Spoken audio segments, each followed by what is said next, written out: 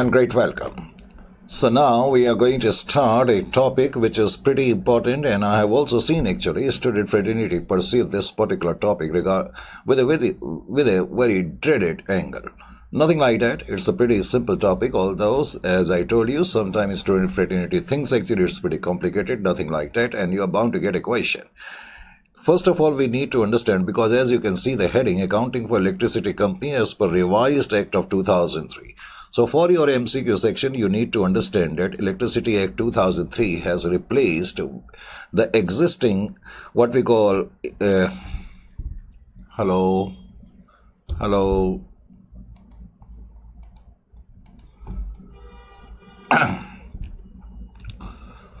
hello and great welcome. So now we are going to start Electricity Company. It's a pretty formidable, significant and quite important chapter, but I have also seen student fraternities sometimes perceive this particular chapter from a dreaded view. Nothing like that. It's pretty simple, not tough one. Let's come straight to the point. As you can see, it is written that Electricity Company as per Revised Electricity Act 2003. So first of all, you need to understand regarding this particular act few points. Electricity Act 2003, the act has been enacted to replace Indian Electricity Act 1910, Indian Electricity Act 1948, Indian Electricity Rule 1956, and besides Indian Regulatory Commission Act 1998. Actually, there were many flaws and there were many drawbacks of the earlier acts. So in 2003, a revised act has been formed, and the basic objective is to actually erase out the existing what we call rules and the acts, that is 1910, 1948, and then Indian Electricity Rule 1956, and then Electricity Regulatory Commission 1998. As I told you, there were many follies, there were many drawbacks of under these acts, and we wanted to erase out and come out with a new act. We will also see what does actually is the objective of the new act. The main objective of the revised act is to distance this State Electricity Board SEB from tariff determination. Actually, nearly 25 years ago, the electricity domain was completely dominated by the government. Everything was in the hands of the government. Only government could have generated the power. Government had the right actually to distribute the electricity, correct, to market the electricity, etc. So that means the complete what we call domain of electricity was in the hands of the government. And that is why there were lots of drawbacks. The redressal of the problem was a big problem, correct? If suppose I want to enact, I have a problem with electricity connection, and if I would go to the department in earlier times, as I told you, when electricity field or domain was completely in the hands of the government, it was virtually very difficult to get my what we call problems erased out. So the main objective of this particular act, the first one is to distance the State Electricity Board from tariff determination. Earlier, every state, actually in every state there was State Electricity Board, and State Electricity Board used to interfere a lot in the what we call tariff determination. Tariff determination means the electricity company charges per unit. That charge is known as tariff. Tariff is a sort of selling price. But instead of using the selling price, we use the word tariff determination. That means we wanted to, so as per this particular act, we want to actually distance the State Electricity Board in the sense now we are allowing the electricity company to actually set their own what we call tariffs. Similarly, to invite and bring participation. As I told you, nearly 20-30 years ago, electricity field was completely dominated by the government department, by the government, in fact, central and state. And private players were not allowed to enter into the fray, but this particular what we call act has completely changed the scenario now, and the participation from the private players are also invited. And because the basic objective was to give a tough competition to the government-owned companies, correct, and to somehow actually wipe out all the anomalies which are associated with the government what we call companies during those times. So that was the main reason. In fact, the main objective was to bring in the participation, especially the private. As you can see in your every state, there are what we call private companies nowadays. And to reduce government subsidies and make electricity companies self-reliant. Because earlier government was giving huge subsidies.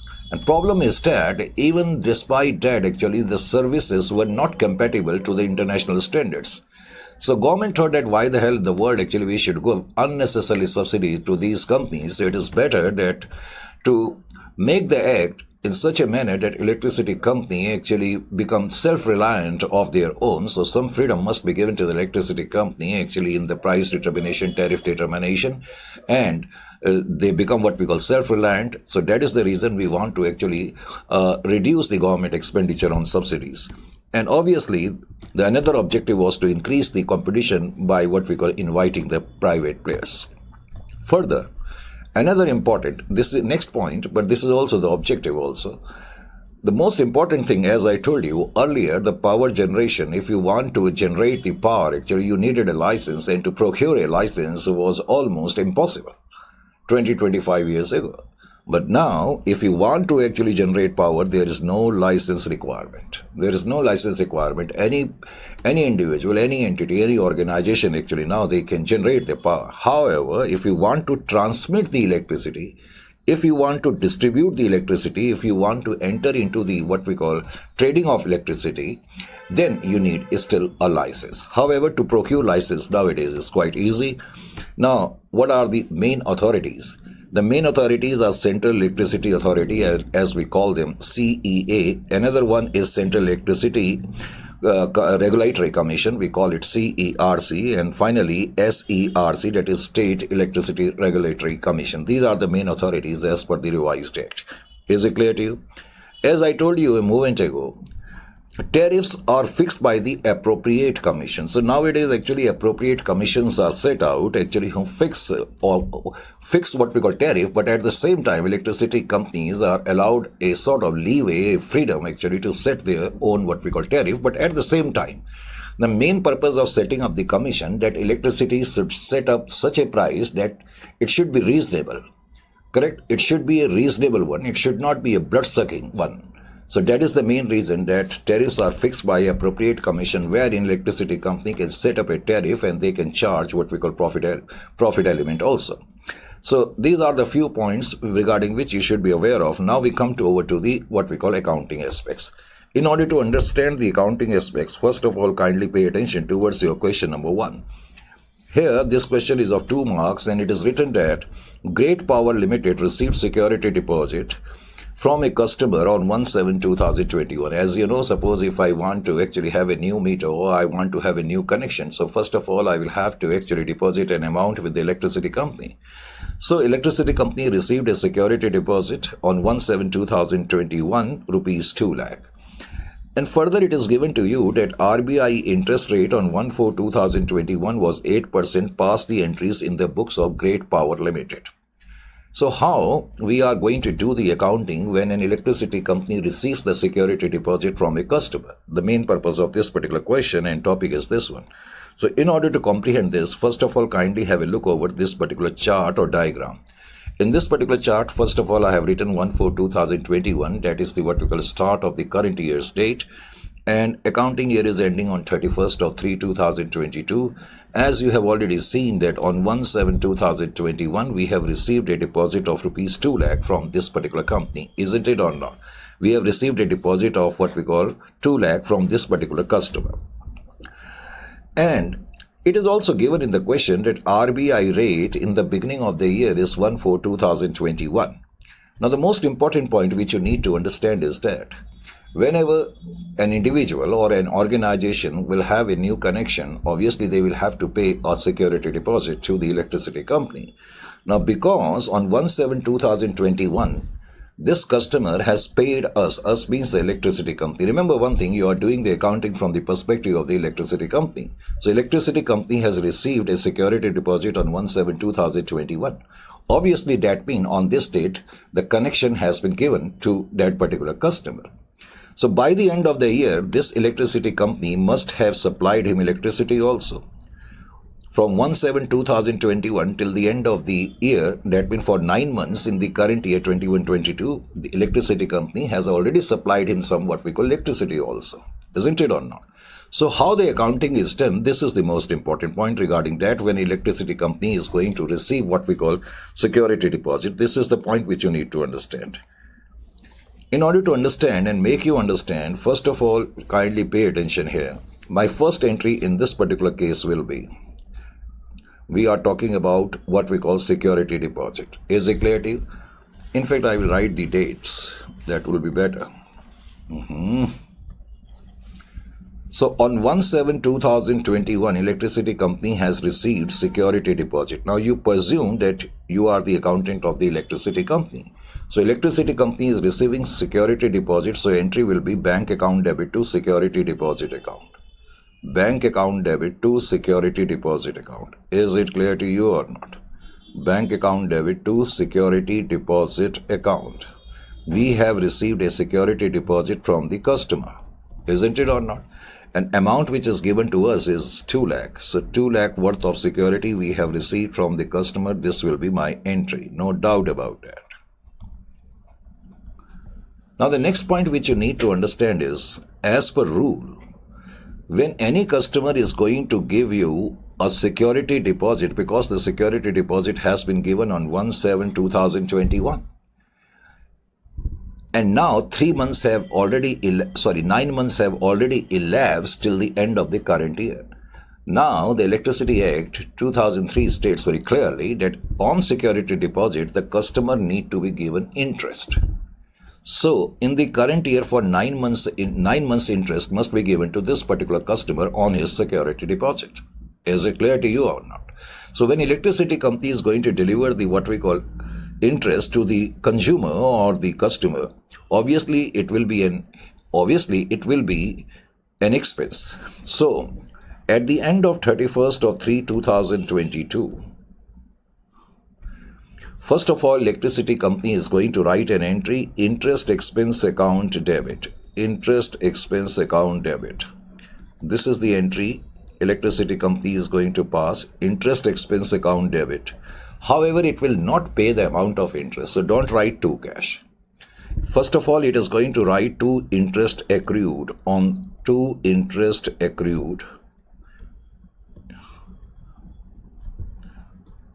on security deposit. On security deposit. Obviously, it is an expense for the electricity company. So electricity company is going to debit the same.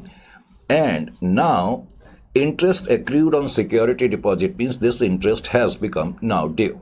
So logically we should pay, but we are not going to make a cash payment. Remember one thing. So first of all, total interest, how I am going to charge. The most important point is that the law states that because the security deposit has been received in this particular year, 21-22, and we received the security deposit on 1/7/2021, so 9 months interest has become due.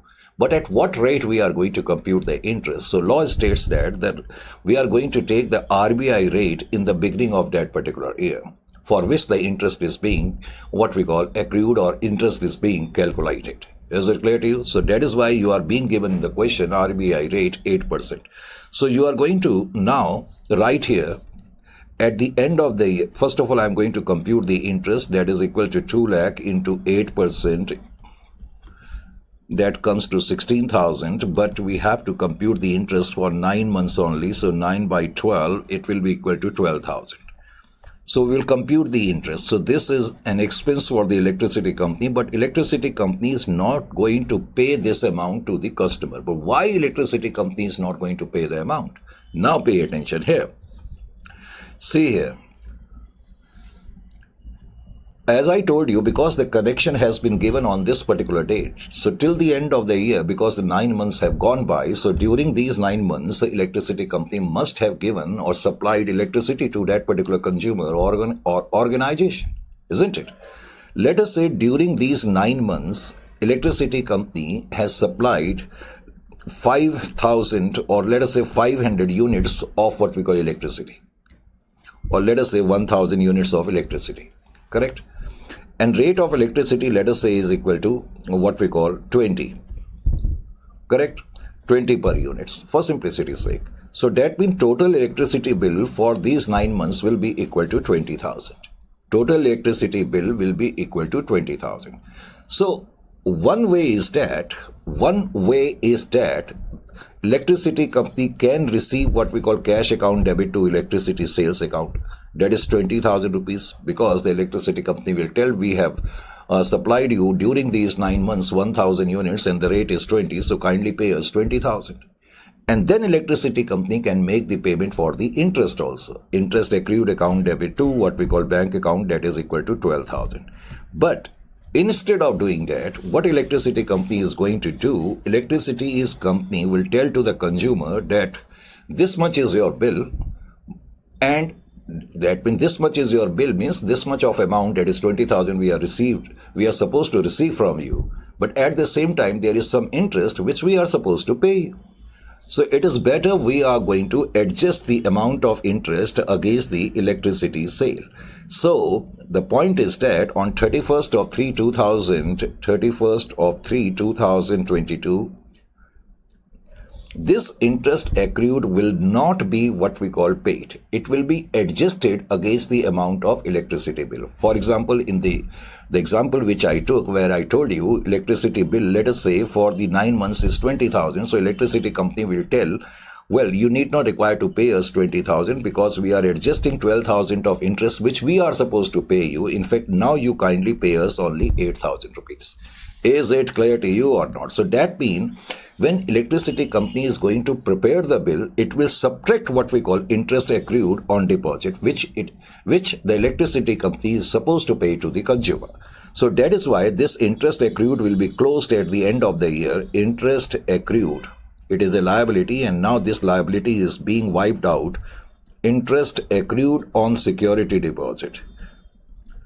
Now it will be adjusted against the electricity sale amount, because the electricity company will presume that we have received 12,000. Now it will demand only the balance of the what we call electricity bill. Is it clear to you or not? So I will write here to electricity sale account. To electricity sale account. That means the entity, the electricity company, is simply telling to the consumer that we have received already 12,000 from you. Now kindly pay us the balance of the payment. So it is adjusted. So most important point is that, which you need to know, is that interest on security deposit must be given. It must be given what we call at RBI rate, which is running in the beginning of the year. Number one, and interest accrued on security deposit is always adjusted against the electricity sale account. Now we come over to the next part. That is service line development charges. What we mean by service line development charges. Service line development charges, sometimes it is also referred to as customer's contribution towards service line. And commonly we use the word SLD, that is service line development charges.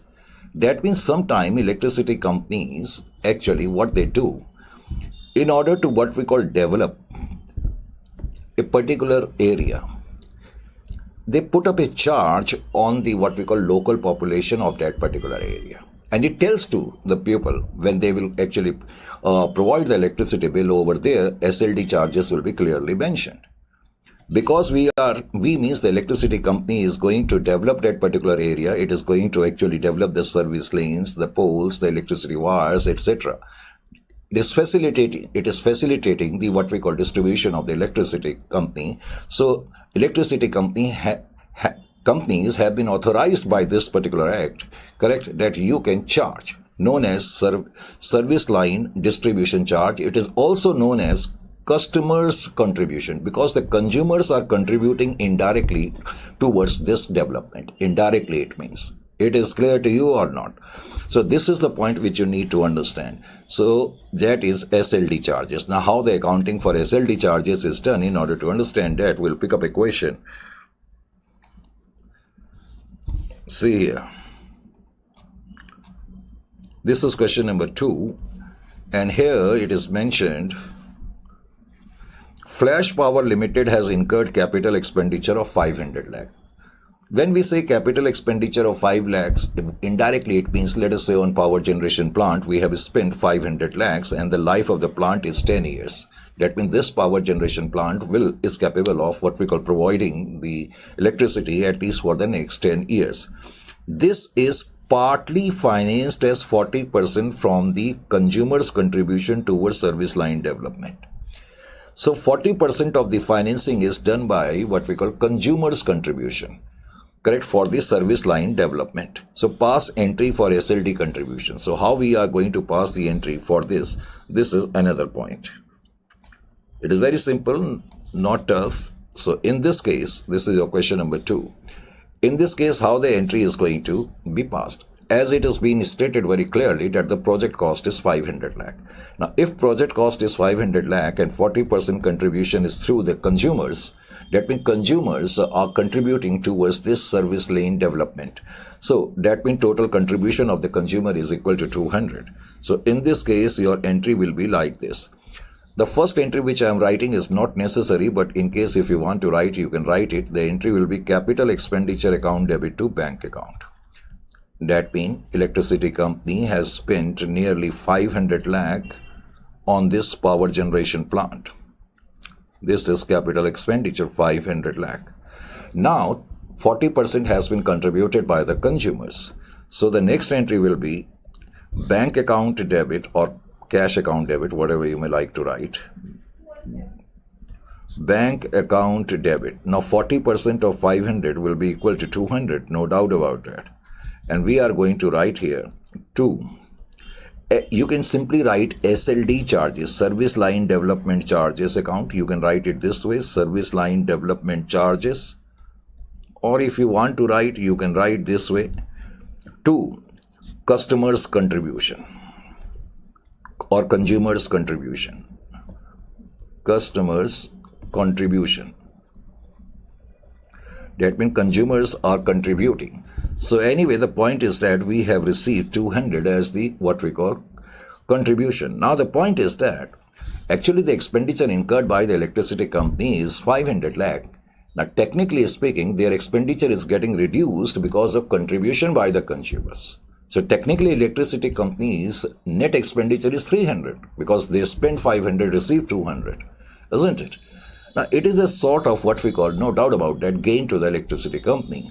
Correct? A receipt for the electricity company, at least you can say so. However, this amount which electricity company has received, it cannot straight away take it to the P&L. Correct? Because the life of the plant or the life of this particular project is 10 years. So during the next 10 years, slowly and steadily, each year we are going to take a part of this amount to the P&L account. This is the point which you need to understand. So next entry will be SLD charges account debit, SLD charges oblique customers contribution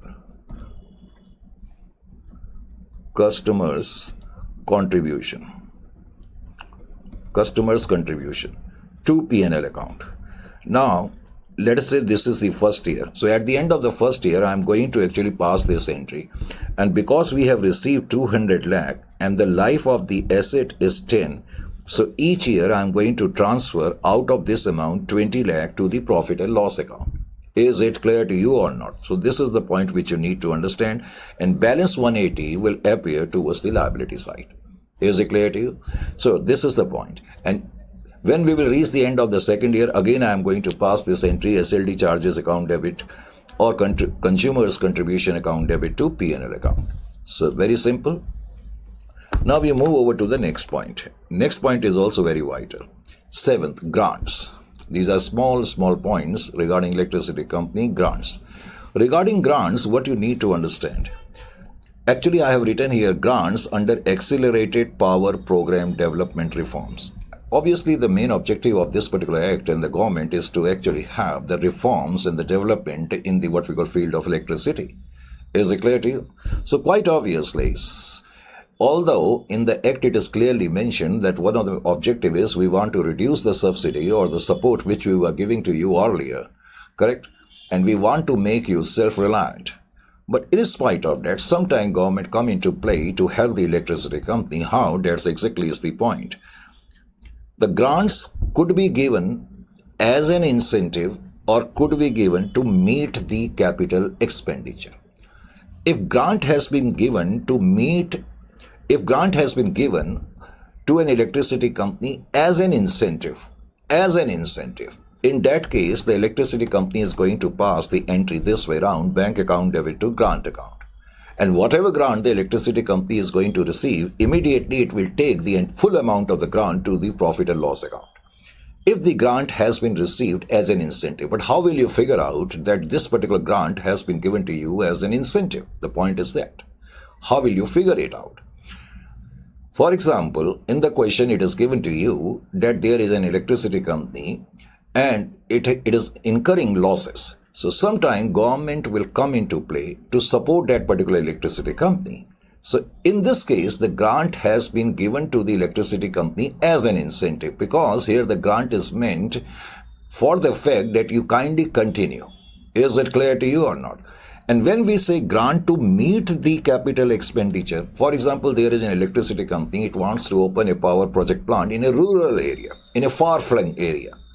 Obviously, when electricity company is going to actually open a power plant in a rural area, in a far-flung area, indirectly it is helping the what we call government in the sense, because government want to have the balanced growth.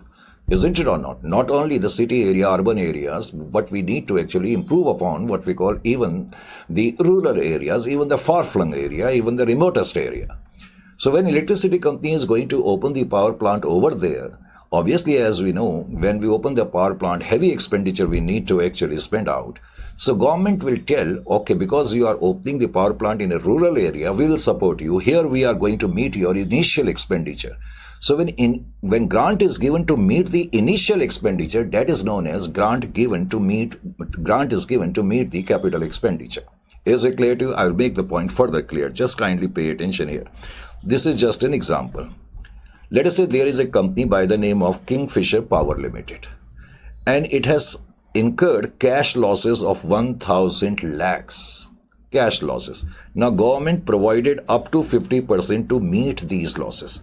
Now in this case, we may say grant is given by the government not to meet the capital expenditure, but to meet the cash losses.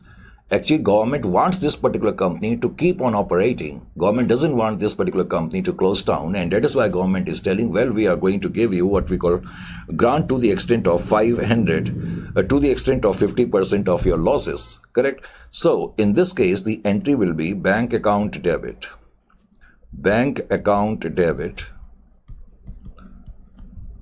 1,000 is the total loss, and government has given nearly 50% of that to overcome.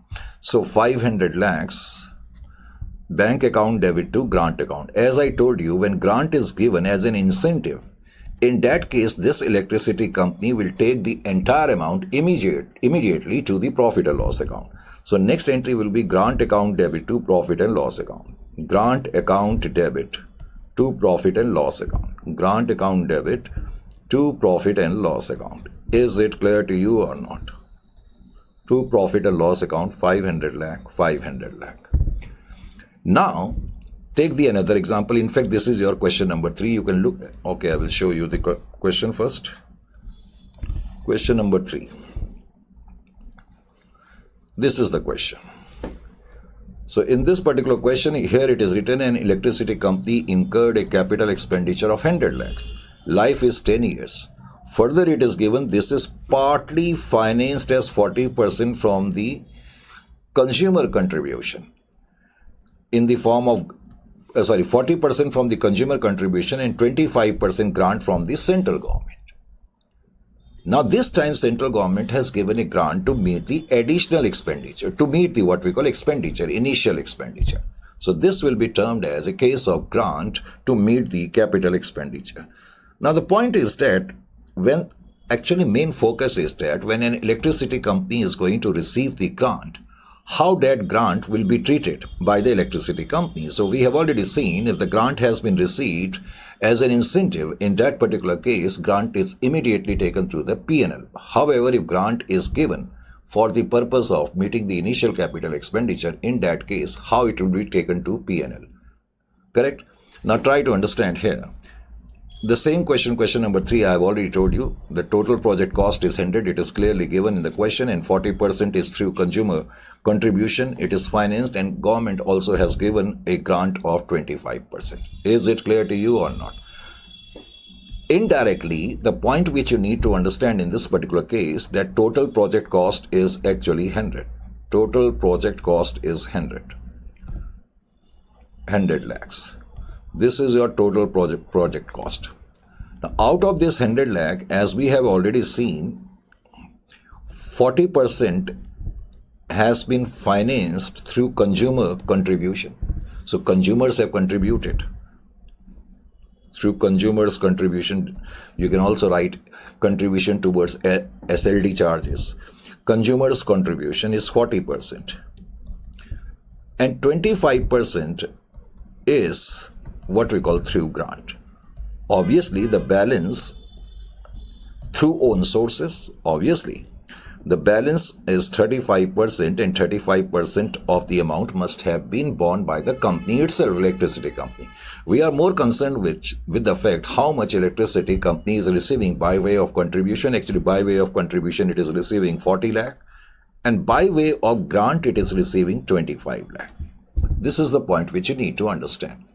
Now, it is also given that life of the project is 10 years. As we saw, in case of grant received as an incentive, the entire amount is taken to the P&L in the very first year, the year in which we are going to actually receive the grant. However, that is not the case with respect to this situation where the grant has been given by the government to meet the initial capital expenditure. So in this case, whatever grant the electricity company has received from the government, we are going to take it to P&L over the life of the what we call this particular asset. For example, life is 10 years. So each year I'm going to take 2.5 crores, 2.5 lakhs to the P&L. Similarly, consumer contribution, we have already seen it is taken to P&L in similar fashion. Every year we are going to take only rupees 4 lakh to the P&L account. Is it clear to you or not? So this is how you are going to put up the entries in this particular case. Your first entry will be, if you want to write this entry, although it is not necessary, capital expenditure account debit to bank account. The capital expenditure is 100 lakhs. Capital expenditure is 100 lakhs. So you are going to write this entry 100 lakhs. Then, as it is stated in the question that we have received some contributions, so bank account debit to contribution, consumers contribution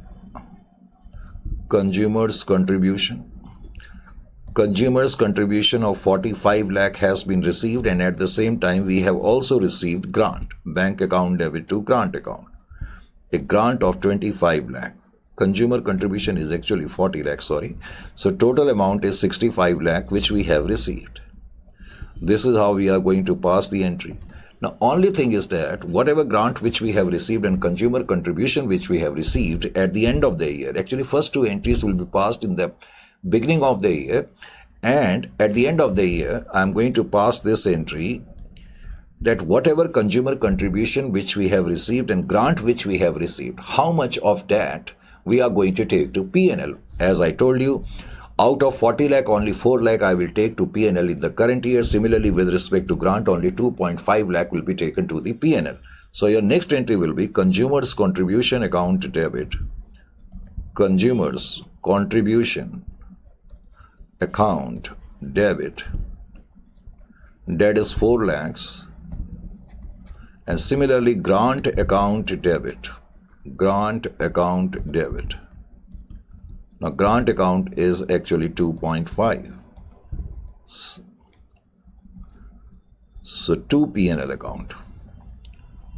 So, that means out of 40 lakh in the current year, we are going to take 4 lakh of consumer contribution, that is 1/10, correct, to the P&L. And similarly, with respect to grant, which has been received to meet the capital expenditure, 1/10 I am going to take to P&L. So total 7 lakh will be taken to P&L. This is how you are going to pass the entries. So these are the initial few topics, and the next topic is quite vital one, that is with respect to what we call depreciation, and we are going to talk about it.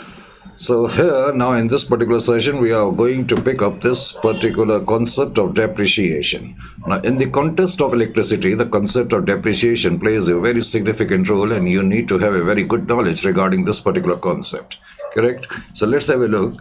So as far as Regulation 2009, correct, it gives some what we call guidelines with respect to depreciation. The first one is that, as you can look over here, that rates shall be determined by the Central Electricity Regulatory Commission, CERC as we call it.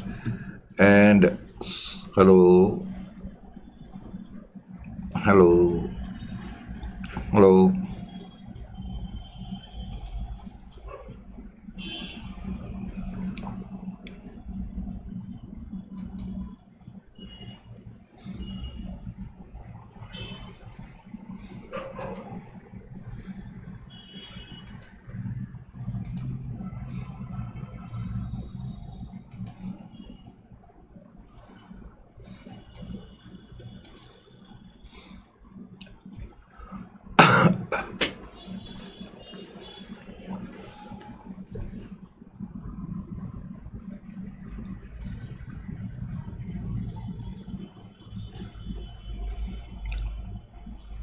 Hello and great welcome to this particular session.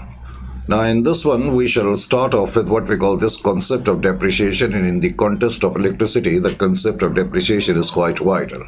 Just kindly pay attention. So Regulation 2009 actually provides some guidelines. The first one is that the rates shall be determined by CERC, Central Electricity Regulatory Commission, and depreciation shall be provided only as per SLM approach. That means under electricity, any electricity company, if it want to actually provide depreciation, it will have to actually adopt only a straight line method. It hasn't got any choice. At the same time, the salvage value at least 10% shall be considered. For example, an electricity company has spent rupees 500 on a power generation plant. Now what will be the what we call salvage value? The company may decide that salvage value could be 15%, could be 16%, could be 17%, but it should be at least 10%. This is the point. That means salvage value should be at least 10%. Now suppose if you are being given capital expenditure of 500 and no salvage value, and you are being asked to compute the amount of depreciation. So how you are going to compute the amount of depreciation? I just told you, if capital expenditure is 500 and no salvage value is given in the question, so because of the guideline, we know that salvage value should be at least 10%. So I will still consider salvage value whether it is given or not. If it is given 20%, it's fine. If it is given 15%, it is also fine. If nothing is given, at least 10% salvage value should be considered. So 10% I will subtract, that is 450, and then I am going to divide it by the life. Presuming that life of this power generation plant happens to be 10 years. So in that case, depreciation will be equal to 45. Is it clear to you? This is the point which you need to actually understand as far as this guideline is concerned. Further, here it is written that depreciation shall be charged on time proportion basis on the basis of historical cost and shall start when the asset is put to use. This particular line is known to everyone. For example, if we have incurred a capital expenditure, correct, on this particular date, but it has now come to use on this particular date. So I will start charging the depreciation from this particular date, and of course depreciation is always charged on time proportion basis. Is it clear to you?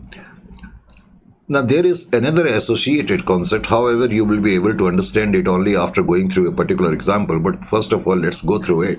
This is concept of advanced against depreciation. Concept of advanced against depreciation. If asset is financed by a loan, then depreciation each year must be provided equal to the repayment of installment. Equal to the repayment of the installment. What does it mean?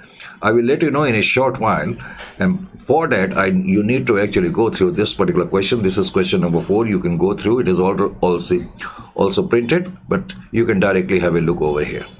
For example, there is an electricity company, and its capital expenditure, let us say that this particular entity incurred a capital expenditure of 500, let us say, on a power generation plant, and life is, let us say, 15 years.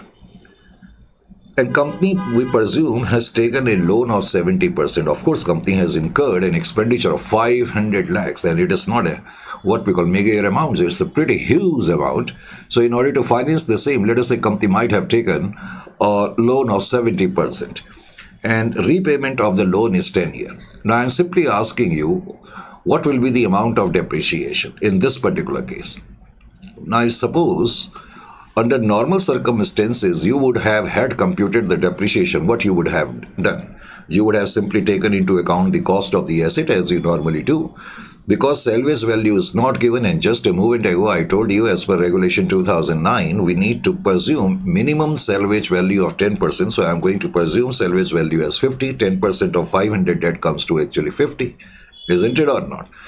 Now, as you have seen, because my cost in this particular case is 500, and I have to presume minimum salvage value as 10%, as I just told you. So what will be my depreciable value after subtracting? This is known as historical cost, 500. And when we subtract what we call salvage value, we get depreciable value. This depreciable value is 450. And because life of the asset given to you is 10 years in this case, life was 10 years or 15 years. I think it was 15 years. So life is 15 years in this particular case. So you are going to divide it by 15. And your depreciation under normal circumstances would have been 30. Your depreciation under normal circumstances would have been 30, isn't it or not? However, in this particular case, you need to exercise a bit of caution in the sense, because this company has taken a loan of near about what we call 70%. So first of all, you need to find out the financing which you have done through what we call loan. For example, in this particular case, the financing through loan is equal to how much? Financing through loan.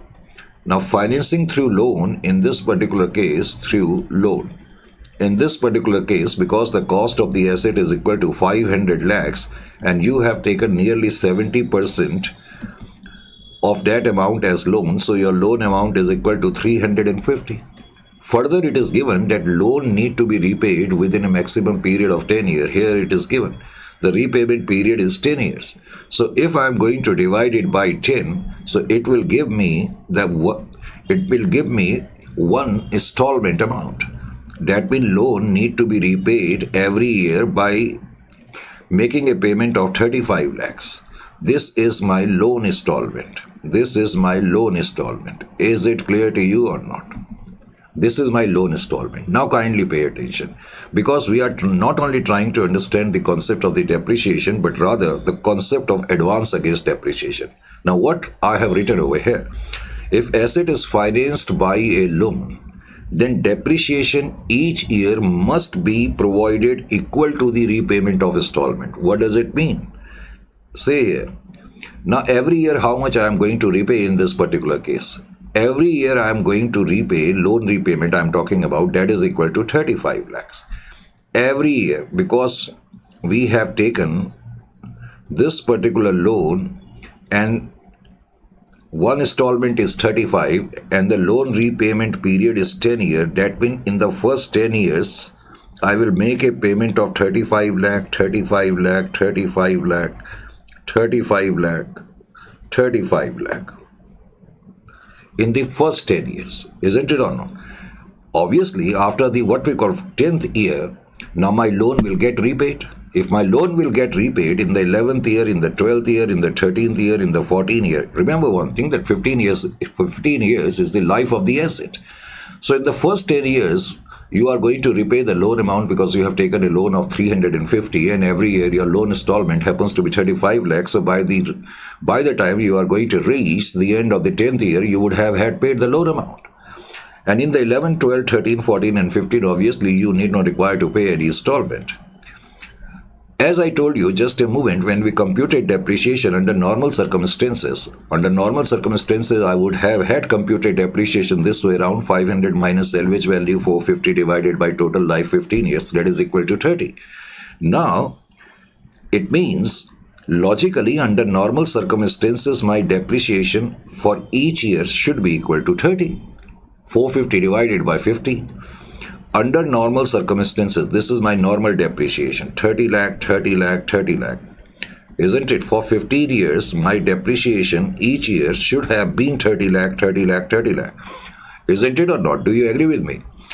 So 30 lakh, 30 lakh, 30 lakh.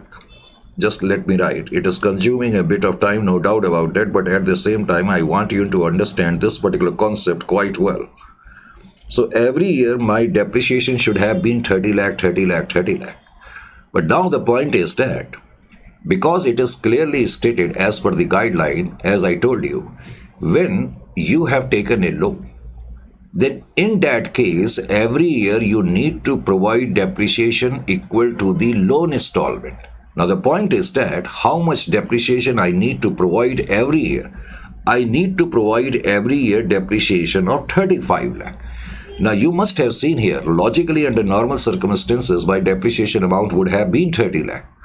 But because my loan installment is 35 lakh, so I am supposed to provide a depreciation equal to 35 lakh. Now try to understand this way now. Under normal circumstances, you would have had provided depreciation equal to 30 lakhs. But here, because of this particular guideline, I am forced to provide a depreciation of 35 lakhs. So indirectly, it means I am providing 5 lakhs of depreciation in advance. That is why it is known as the concept of advanced against depreciation. I hope you got it now. Is it clear to you? To just elaborate the point, just have a look. That means in the first 10 years, my depreciation, even though under normal circumstances should have been 30, but I am forced to provide a depreciation of 35, 35, 35 and so on. So for the first 10 years, my depreciation will be equal to 35, 35, 35. Is it clear to you or not? So in the first 10 year, we will provide a depreciation of 35 lakh. Is it clear to you or not? Is it clear? So here I am going to write 5 lakh again. 5 lakh again. That means I am providing depreciation in the first 10 year every year in advance. Every year 5 lakh worth of depreciation has been provided in advance. It means, isn't it or not? Now here you must have noted actually. Here you must have noted. Now the point is that your depreciation is 35 lakh, 35, 35, 35. So that means out of 150 lakhs, 35 into 10, 350 lakhs worth of depreciation you have already provided. You have already provided 350 lakh worth of depreciation in the first 10 years. In the first 10 years. Is it clear to you? Now try to understand actually. Under normal circumstances, your total depreciation would have been 30 into 15. Now 30 into 15, that makes it 450. That means under normal circumstances, we would have provided 450 lakh worth of depreciation in 15 years. In 15 years. Are you getting my point or not? Moreover, you can still look at it from this way around because the depreciable amount is 450. That means the total depreciation which you need to provide is 450. And out of 450, you have already provided a depreciation of 350 lakh in the first 10 years. Out of 450 lakh, in the first 10 years, you have already provided a depreciation of 350 lakhs. So what does it mean? It means still you need to provide 100 lakhs worth of depreciation in the next 5 years. Because the total life of the asset happens to be 15 years. However, in the next 5 years, my depreciation will be equal to 20 only. That is 100 lakh, I have to provide further depreciation in the next 5 years. So 100 lakhs divided by 5 will be your amount of depreciation, isn't it? So that's why your depreciation in the next 5 years, as I told you, correct, will be equal to 20 lakhs. 20 lakhs. Is it clear to you? 20 lakhs, 20 lakhs, 20 lakhs. So total depreciation, now you can see it, the total will be equal to 450. So in 15 years, you are going to provide 450 lakh worth of depreciation. But how you are going to provide depreciation, that's the important point. So you must have gauged an idea actually what we mean by advanced against depreciation. Once again, go through that particular line to comprehend the import. If asset is financed by a loan, then depreciation each year must be equal to repayment of installment. So I hope you got the point that why I was providing depreciation. I means the electricity company here. Why the electricity company is forced to provide a depreciation of 35 lakh even though our normal depreciation is 35. So that means in the first 10 years we are providing depreciation at the rate of 35 lakhs per year. So indirectly it means actually we are also what we call providing extra depreciation.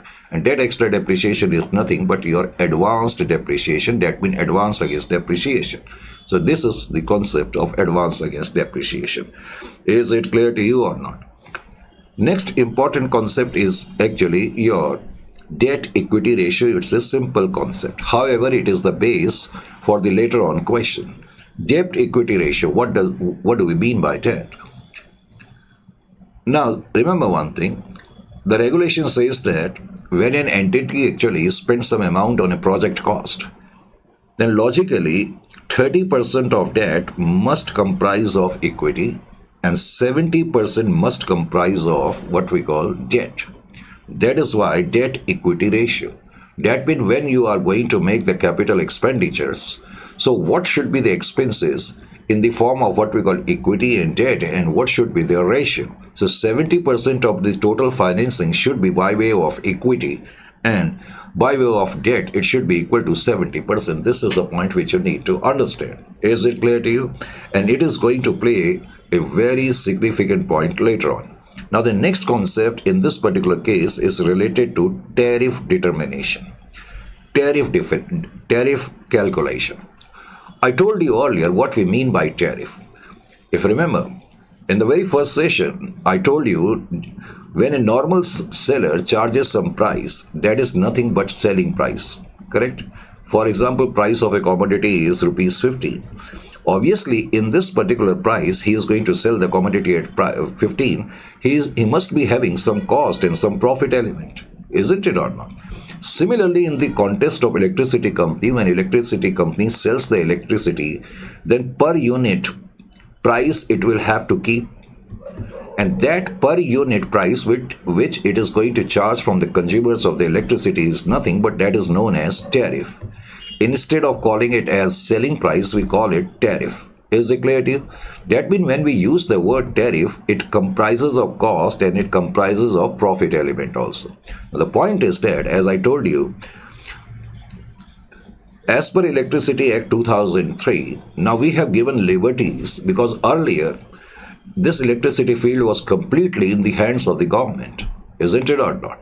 But now the electricity, as you know, many private players are there, and we have already given a leeway, a sort of what we call freedom to them. But at the same time, we have a little bit of force over them that you actually decide your what we call tariff by yourself, taking into account your cost and reasonable profit margin. That means profit margin should not be such that it should suck the blood of the consumer. It should be reasonable.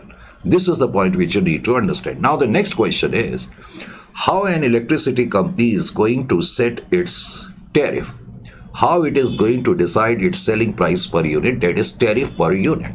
This is the point which you need to understand. And in order to understand that, kindly pay attention over here. Tariff calculation. So how an electricity company decides about its tariff. So this is the point which you need to understand.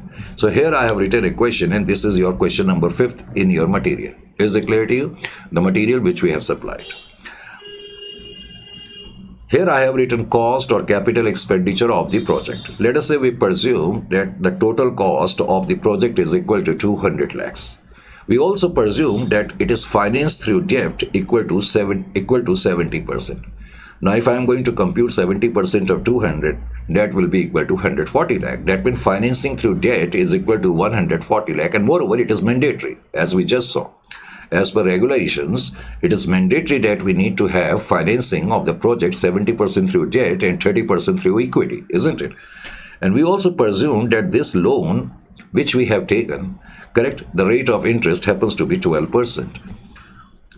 Obviously, balance 30% must be financed through equity. So, balance will become 60 lakh. Now, in this particular case, first of all, you need to understand that 140 lakh is the loan amount. As I told you just a moment. Suppose if you have taken a loan of 140 lakh, and we presume, actually it is given in the question, just to make the point, repayment period is 10 years.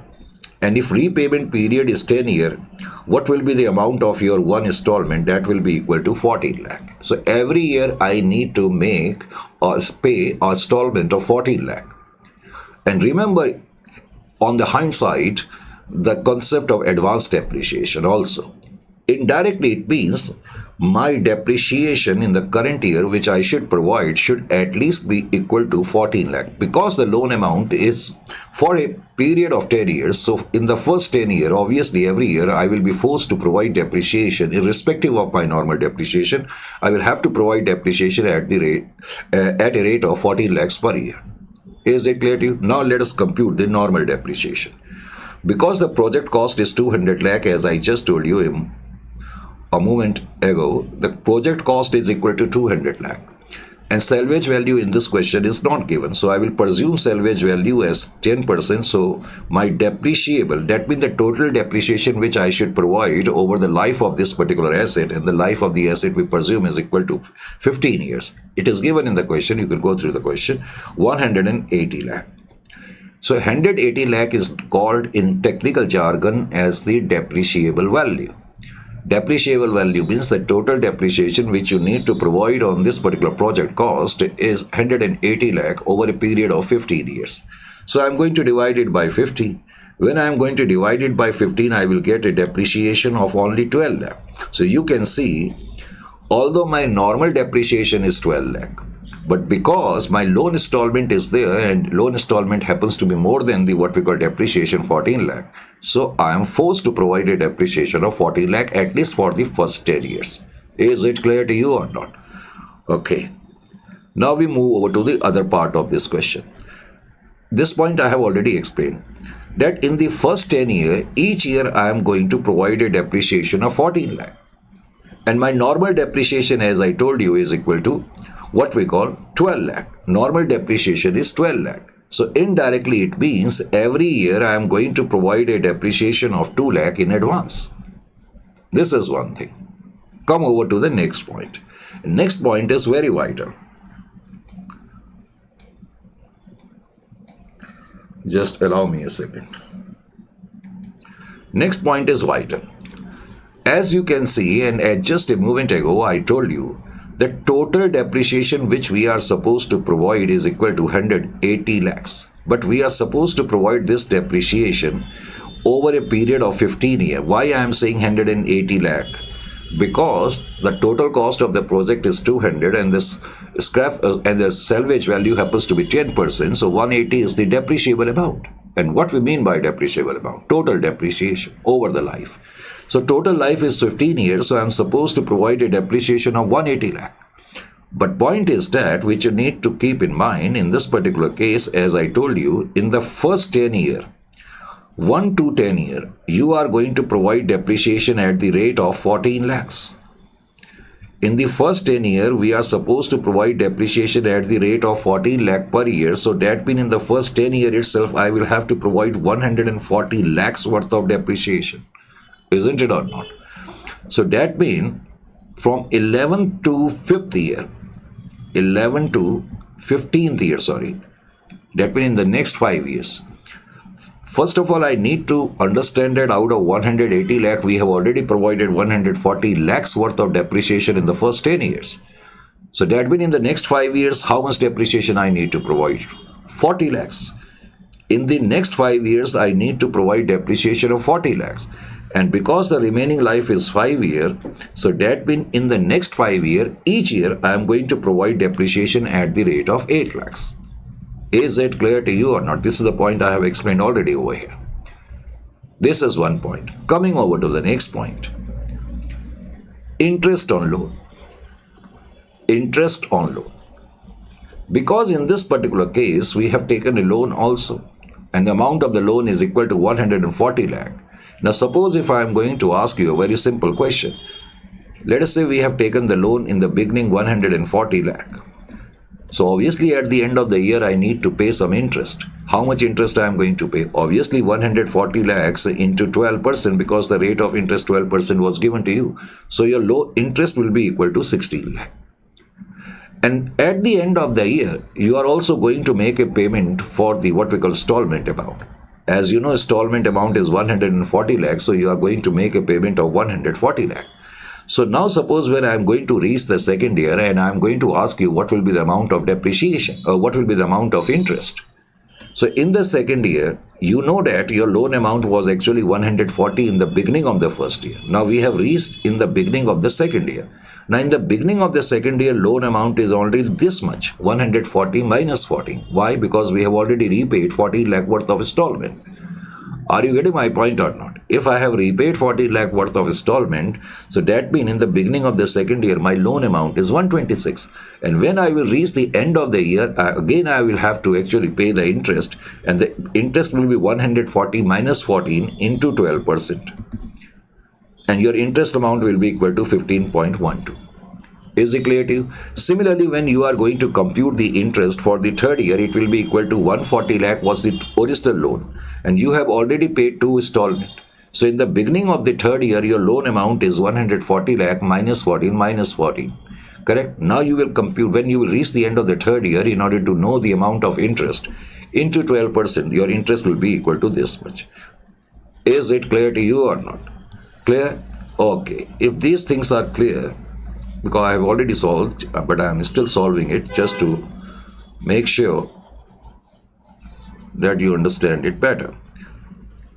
Well, now we will learn the tariff calculation, how an electricity company decides what it should charge per unit. In order to understand that, first of all, just have a look over the question. It is also important. Where the question is. Here it is.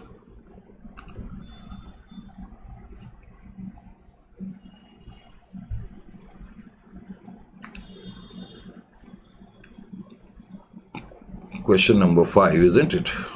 Right. So this is your question number 5. Let me go through it first so that you comprehend it better. Question number 5. Now in this particular question, you have already seen that it is written an electricity company, because I have already told you regarding the question that total project cost is 200 lakh and 70% is through debts and 30% obviously will have to be through equity. Debt financing rate is 12%, I've already told you, and it is to be repaid in 10 equal installment. And life of the asset 15 years. We have already gone through it. Now the most important part of this particular question, considering debt, electricity generation, distribution and other cost. So in order to generate, distribute and other cost, excluding depreciation and interest. So besides depreciation and interest, question says that every year company is incurring 50 lakhs per year. That means this electricity company has to incur every year 50 lakhs worth of cost in generation, distribution and other cost. Is it clear to you? Number 1. Now question is asking us, calculate the annual revenue, that is tariff. So what will be the amount of tariff of this particular company? Actually, when such a question, in case if a strike in the examination, they will simply ask you to show the calculation of the tariff for the first 2 years. Because if I am going to compute for the 15 years, then it will take hell of a time and entire 3 hours will gone by. Is it clear to you? I've already solved the question here also, but I just want to make you understand supremely in a better manner. So for that, we come back to this particular question. Tariff calculation. I have already actually told you that what is the amount of depreciation, what depreciation we would have had charged under normal circumstances, that is 12. However, because our loan installment is actually of 14 lakh, so in the first 10 year we will have to provide depreciation at the rate of 14 lakh. That means in the first 10 year we will have to provide advanced depreciation of 2 lakh. Now, I also told you that in the first 10 years, because our depreciation will be equal to 140, so that is why from 11 to 15th year, each year my depreciation will be equal to 8 lakhs. And finally, I told you in the first 2 year, in fact in the first 3 year, what will be my interest cost. Is it clear to you? Now we come over to tariff calculation. So how an electricity company is going to decide that what should it charge from the customer? This is the important point. And in order to understand this particular point, kindly pay attention here. Let us say we are talking about only first year, correct? In the first year, if I am going to charge, what exactly is the total cost of generating the electricity? Correct? Now the total cost, it is clearly given in the question that question that in order to generate distribution and other cost, every year this entity is incurring 50 lakhs worth of cost. Besides 50 lakh, there are two other costs here. Interest on loan. In the first year, as I told you, company will make a payment for interest. I told you 140 lakh into what we call 12%, that is equal to 16%, isn't it or not? And in the first year, even though my normal depreciation is 12 lakh, but I will have to provide depreciation at the rate of 14 lakh. Is it clear to you or not? So that means total cost comes to 80.80. 80.80. And as we know, as per regulations, an electricity company may have a return at the rate of 14% on equity. So what should be the profit margin? Return at the rate of 14% on equity. First of all, you need to understand what will be the amount of equity. Because your total cost is 500. Your total cost is 500.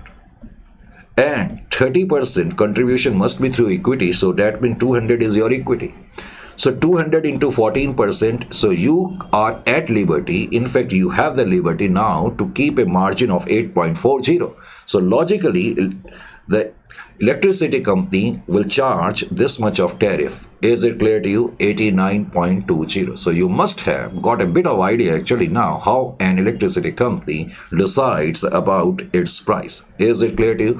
Similarly, if question states compute the what we call this show the price tariff distribution, tariff determination in the second year. So similarly, 50 lakh company is going to incur every year. So in the second year also, your cost will be equal to 50 lakh and your interest cost will become 15.12. As I told you here, 140 minus 14 into 12% into that is equal to 15.12. And depreciation cost for the first 10 year, each year will be equal to 14. So here 14. So this time total cost is coming to 79.12. And your margin will remain same because your equity will be equal to 60 lakh into 14%, 8.40. So total margin you can charge equal to this much. Is it clear to you or not?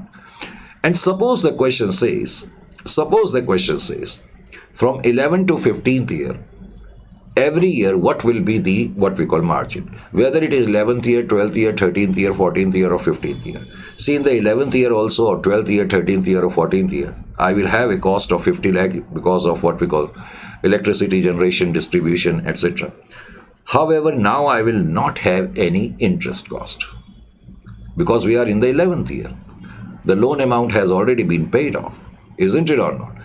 However, now my depreciation will not be 14 lakh also. As I told you, from 11 to 15 year, each year we are going to have a depreciation of 8 lakh. So total cost will be equal to 58. And 8.40 will be your margin. So this will be your tariff at the end of the, for 11th year, 12th year, 13th year, 14th year, 15th year. Each year, your tariff will be equal to 66.40. Is it clear to you or not?